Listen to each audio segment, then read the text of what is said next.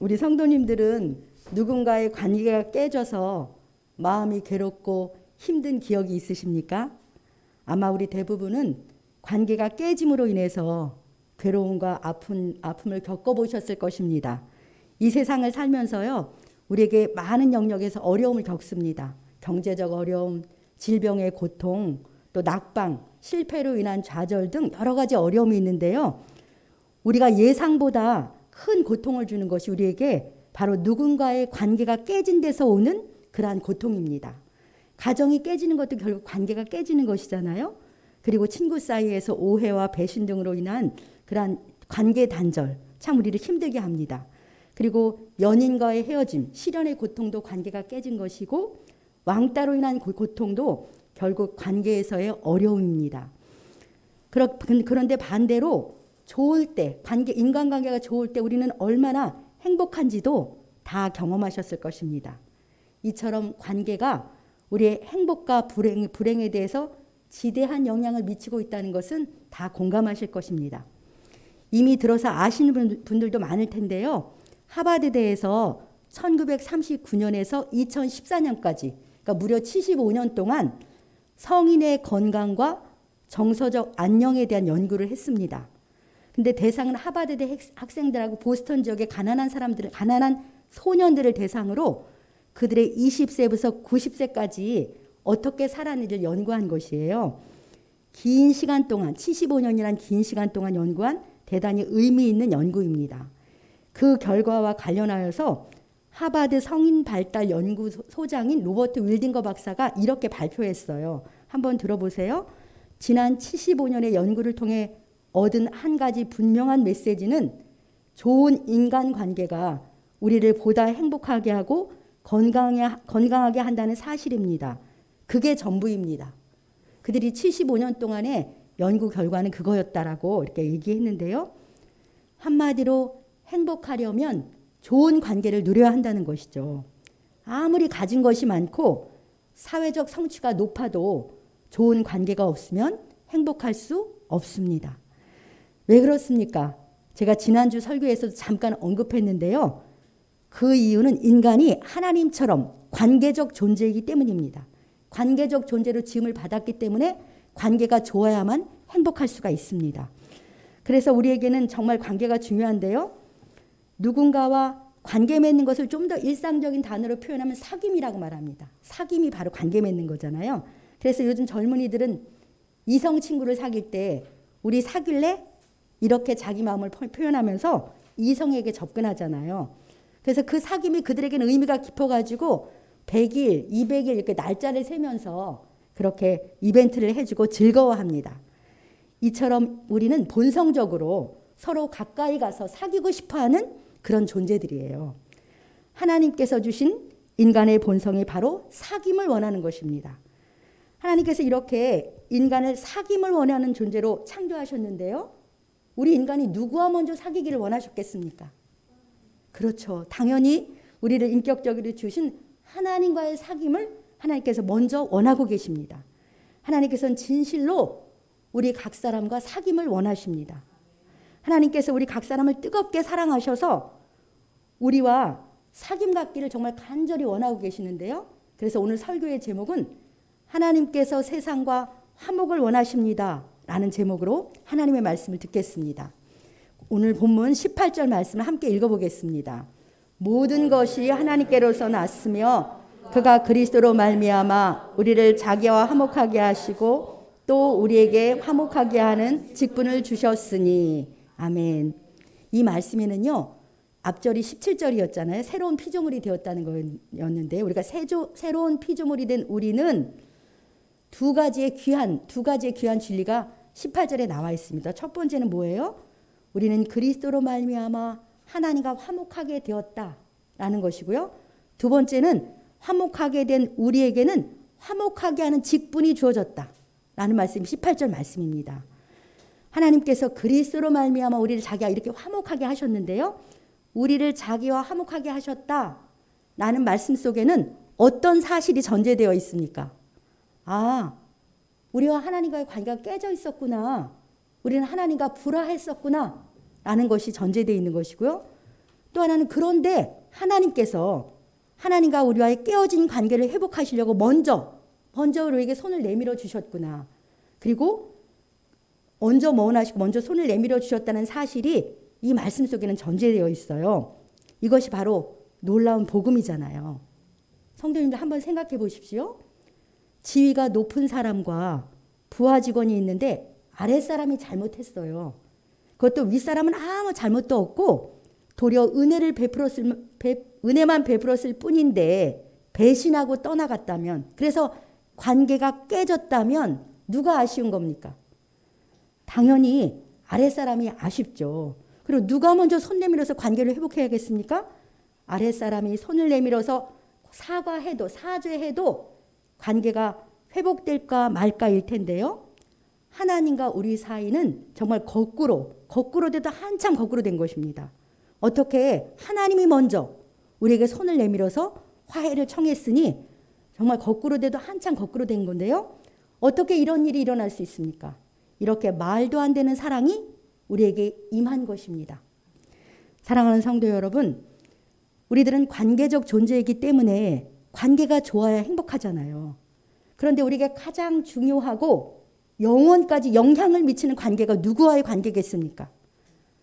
당연히 우리를 창조하시고 우리의 주인이신 하나님과의 관계입니다. 하나님께서 우리의 알파와 오메가가 되십니다. 그분이 내 생명의 처음과 끝이십니다. 그런데 그 하나님과의 관계가 깨어져 있으니 우리에게 무슨 소망이 있겠습니까? 고린도후서 5장 10절 상반절 함께 읽어보겠습니다. 로마서 5장 10절 상반절입니다. 한번 보겠습니다. 또 곧 우리가 원수 되었을 때에 그의 아들의 죽으심으로 말미암아 하나님과 화목하게 되었은즉.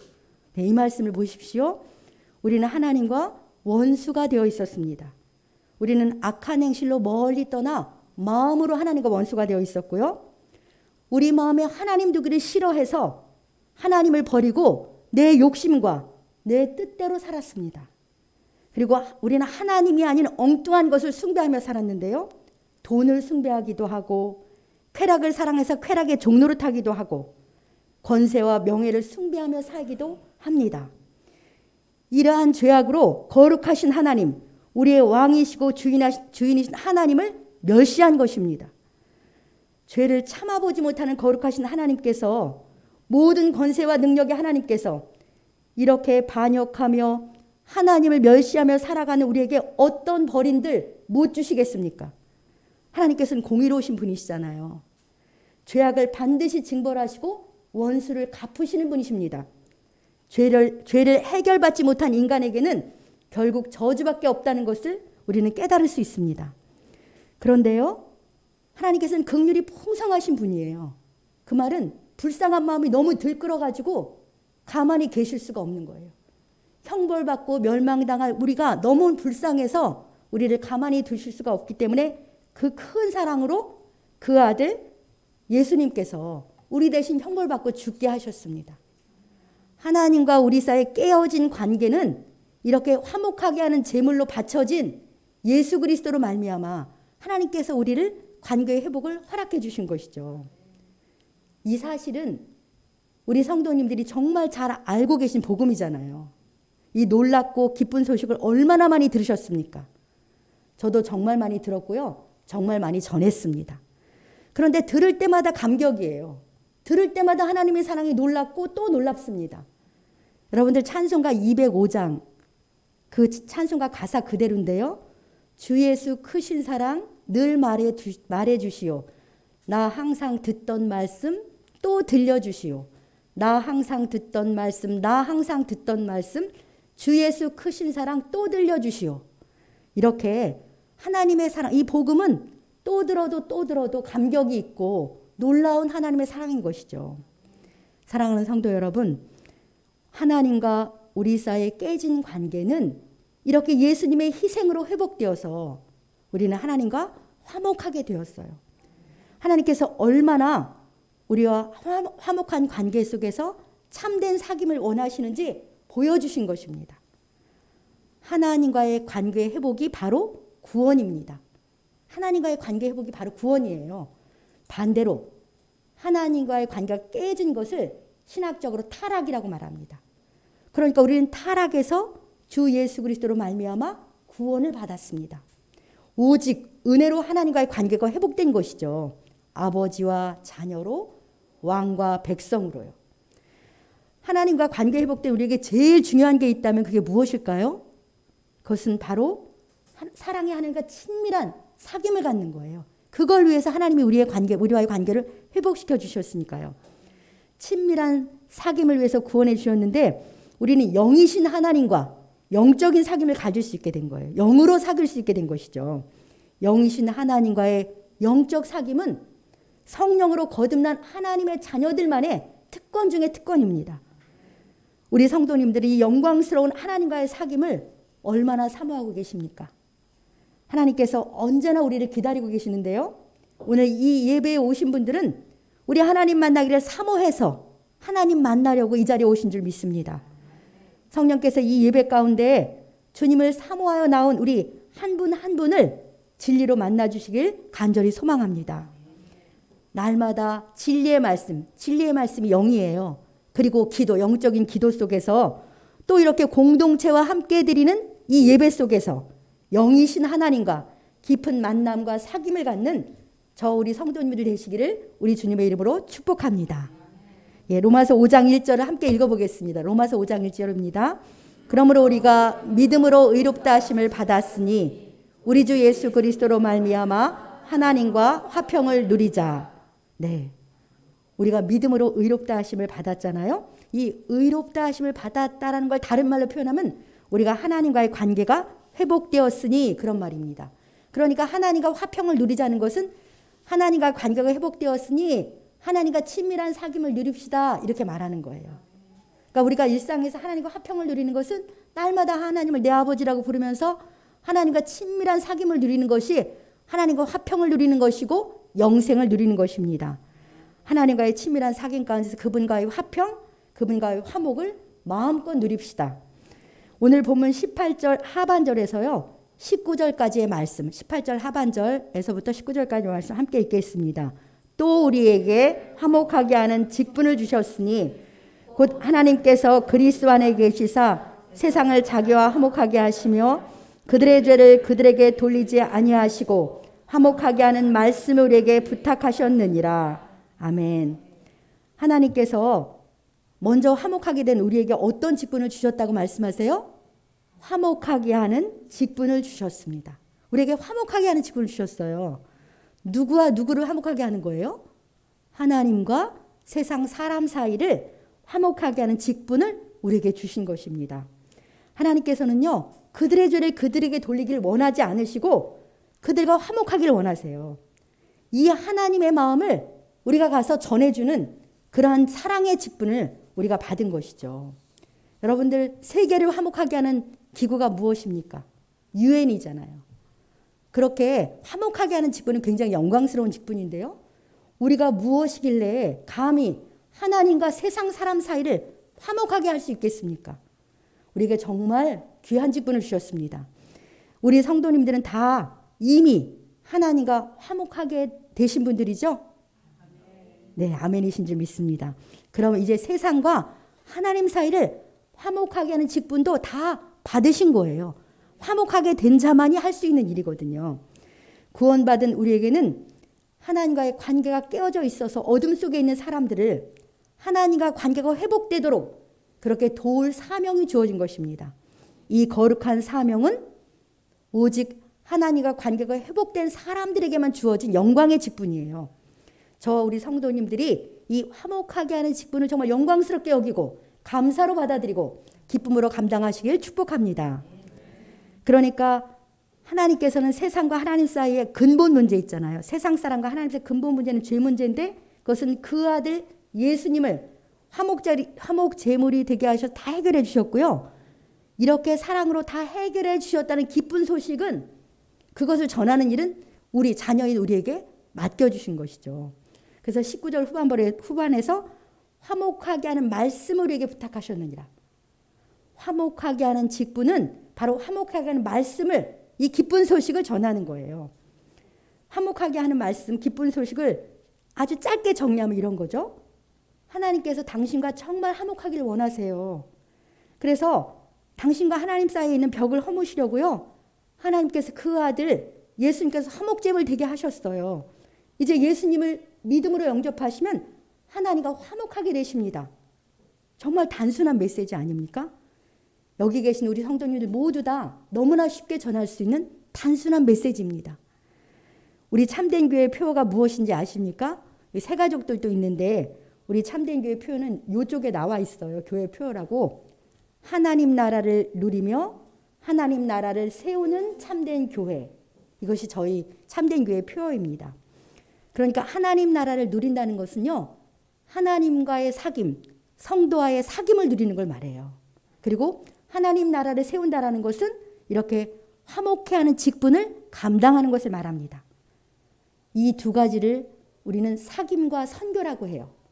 사귐과 선교가 교회의 존재 목적이고 교회의 본질입니다. 사귐과 선교.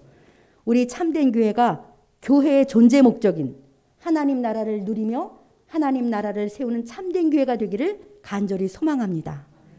우리 20절, 본문 말씀 20절을 함께 읽겠습니다.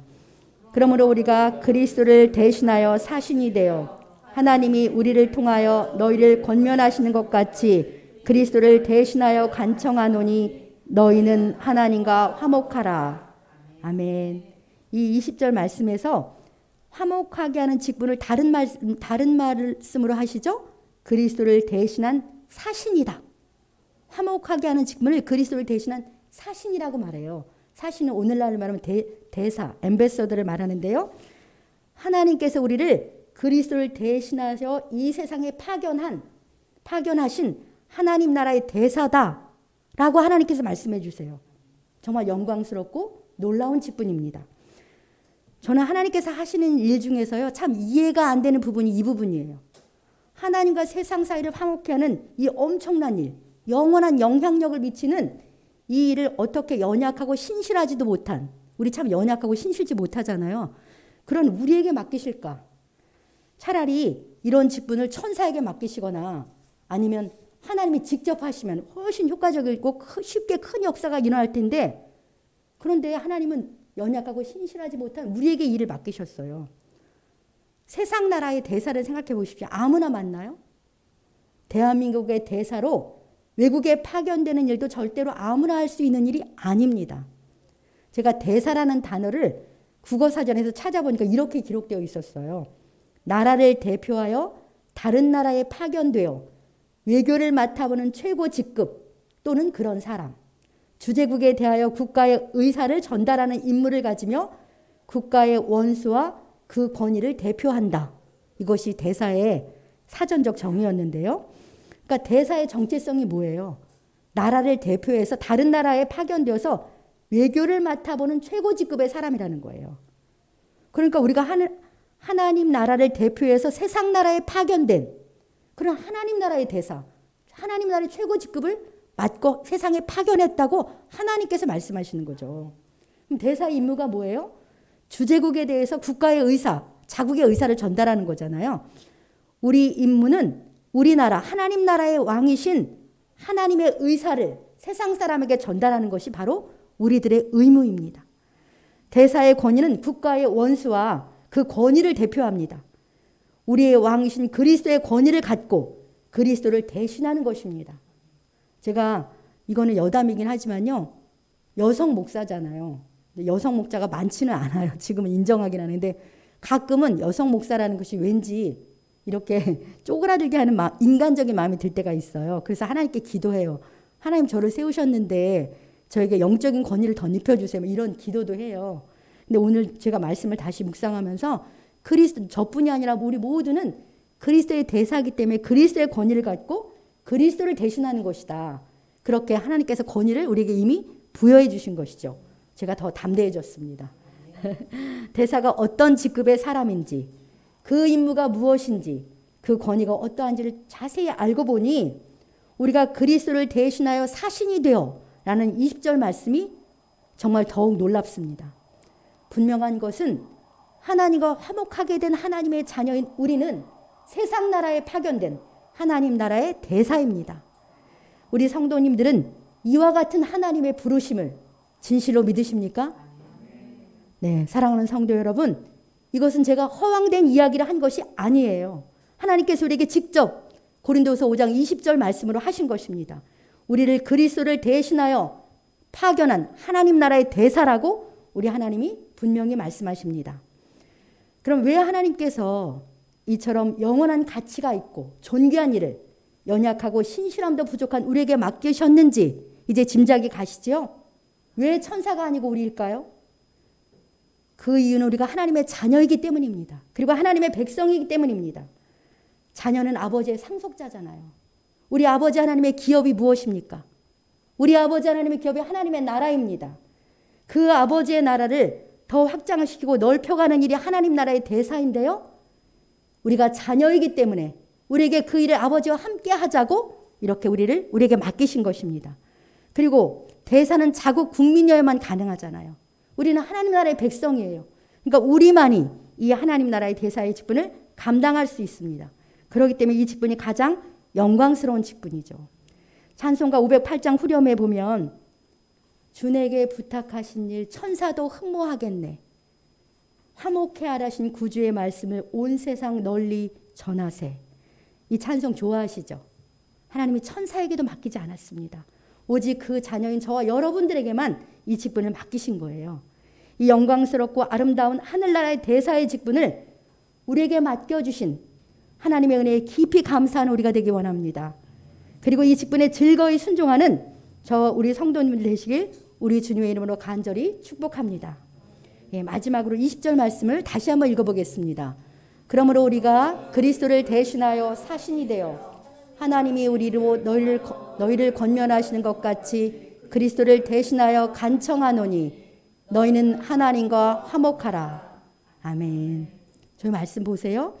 그리스도의 대사로 세상 사람들에게 전해야 할 메시지, 말씀이 아주 짧게 기록되어 있어요. 너희는 하나님과 화목하라. 네, 19절에서도 그들의 죄를 그들에게 돌리지 아니하시고 화목하게 하는 말씀을 이렇게 부탁하셨느니라 하셨는데요. 그러니까 우리가 전할 메시지를 다시 한번 제가 정리하고 싶습니다. 이 두 말씀에 기초해서요. 이렇게 우리가 전하면 되는 거죠. 하나님께서 당신의 죄를 당신에게 돌리기를 원하지 않으십니다. 그 죄는 하나님께서 직접 다 해결해 주셨습니다. 십자가에서 죽으시고 부활하신 예수 그리스도를 통해서요. 당신은 그저 하나님께서 내미시는 사랑의 손을 잡으시면 됩니다. 그 사랑의 손이 예수님이에요. 예수님을 믿고 영접하십시오.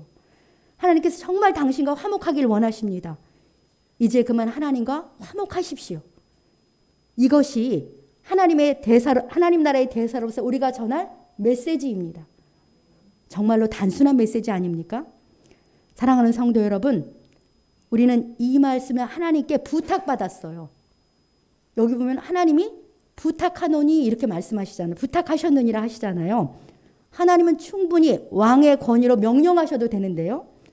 정말 인격적이신 우리 하나님 우리에게 이 일을 부탁하셨습니다. 사람이 부탁해도 우리가 들어주려고 하잖아요. 어찌 하나님의 부탁을 우리가 외면할 수 있겠습니까? 사랑하는 성도 여러분, 우리 순종합시다. 모두 하나님 앞에서 네, 그렇게 하겠습니다. 라고 답하실 줄 믿습니다. 우리에게 부탁하신 하나님께서요, 우리에게 세상에 나가서 하나님의 메시지를 전할 때 어떤 태도로 전하라고 하시냐면요. 저기 보면 권면하라, 간청하라. 권면하라, 간청하라. 이렇게 말씀하세요. 아쉬울 필요가 없는 하나님께서 우리에게 부탁을 하셨잖아요. 왜 부탁하셨겠습니까? 이 사명이 너무 중요하고 간절해서 부탁을 한 거예요. 오직 하나님의 자녀인 우리만 감당할 특권인데 우리가 입을 다물면 이 구원의 역사가 더 이상 일어나지 않으니까 제발 부탁한다. 마치 하나님께서 아쉬운 분 같은 태도로 우리에게 부탁해 주신 것입니다. 그만큼 하나님은 긴급하시고요. 간절하세요. 하나님의 마음은 긴급하고 간절하십니다. 하나님과 불화하여서 어둠 속에서 멸망으로 가는 사람들을 구원하는 일이 급하고 간절하시기 때문에 우리에게 부탁까지 하셨어요. 이제 우리도 이와 같은 하나님의 간절함과 겸손, 그 사랑을 가지고 세상에 나가 사람들에게 간청합시다. 기꺼이 이 복음을 위해 우리가 을이 됩시다. 하나님께서 우리에게 영원한 갑이시지만 우리에게 을이 되셨잖아요. 우리도 아버지의 자녀로서 세상 하나님의 부탁을 수행하기 위해서 세상에 나가서 기꺼이 의리 되기 원합니다. 끝으로 지존하신 하나님께서 의리 될 수밖에 없었던 그렇게 절절한 사랑을 21절을 통해서 우리 다시 마음에 그 하나님의 사랑을 새기기 원합니다. 21절을 같이 읽겠습니다. 하나님이 죄를 알지도 못하신 이를 우리를 대신하여 죄를 삼으신 것은 우리로 하여금 그 안에서 하나님의 의가 되게 하려 하심이라. 네, 참으로 놀라운 말씀입니다. 하나님이 죄를 알지도 못하신 이를 우리를 대신하여 죄를 삼으셨대요. 그러니까 예수님이 죄를 알지도 못하셨다는 것은 죄를 개념적으로 몰랐다는 게 아니라 한 번도 죄를 안 지으셨기 때문에, 죄를 한 번도 경험해보지 못했기 때문에 죄의 상태를 모르시는 분이에요. 그런데 그런 예수님에게 우리 죄를 다 뒤집어 씌우셔가지고 그분이 죄값을 지불하게 하신 것은 우리로 하여금 예수 그리스도 안에서 하나님의 의가 되게 하려 하셨다. 그것이 하나님의 마음이잖아요. 그것이 하나님의 절절한 사랑이에요. 이렇게까지 엄청난 대가를 지불하시고 우리의 화목을 위해서 모든 장애물을 다 제거해 주셨습니다. 우리와의 사귐, 우리와의 화목을 간절히 원하셔서 하나님께서 지불하신 대가가 얼마나 엄청난 것입니까? 이것이 바로 하나님의 마음입니다. 우리에게 의리될 수밖에 없는 하나님의 일방적 사랑입니다. 이 놀라운 하나님의 사랑을 받은 자로서 이 하나님의 마음을 품고 세상에 나가 하나님의 이 절절한 사랑을 전합시다. 하나님과 화목하십시오. 라고. 이 시간 주님께서 여러분들의 마음에 떠오르게 하는 사람들이 있습니까? 아직 하나님을 기다리시게 하는 사람들이요.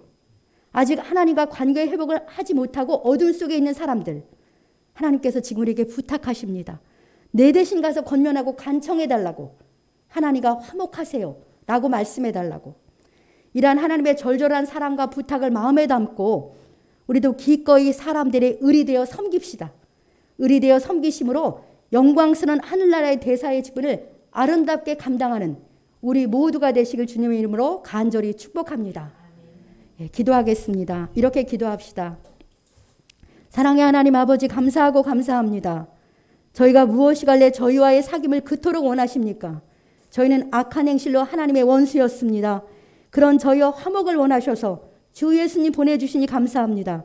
하나님께서 우리를 사모하시는 것 같이 우리도 하나님을 사모하고 하나님과 깊은 사귐을 갖기 원합니다. 우리를 만나 주시옵소서. 아버지 하나님, 세상과 화목하게 하는 대사로 우리를 보내주시니 감사합니다. 하나님의 부탁을 받은 자로서 즐거이 아버지의 마음과 메시지를 전하며 살게 하시옵소서. 주여 한번 부르시고 간절히 기도하시겠습니다. 주여, 하나님 아버지 감사합니다. 아버지 하나님,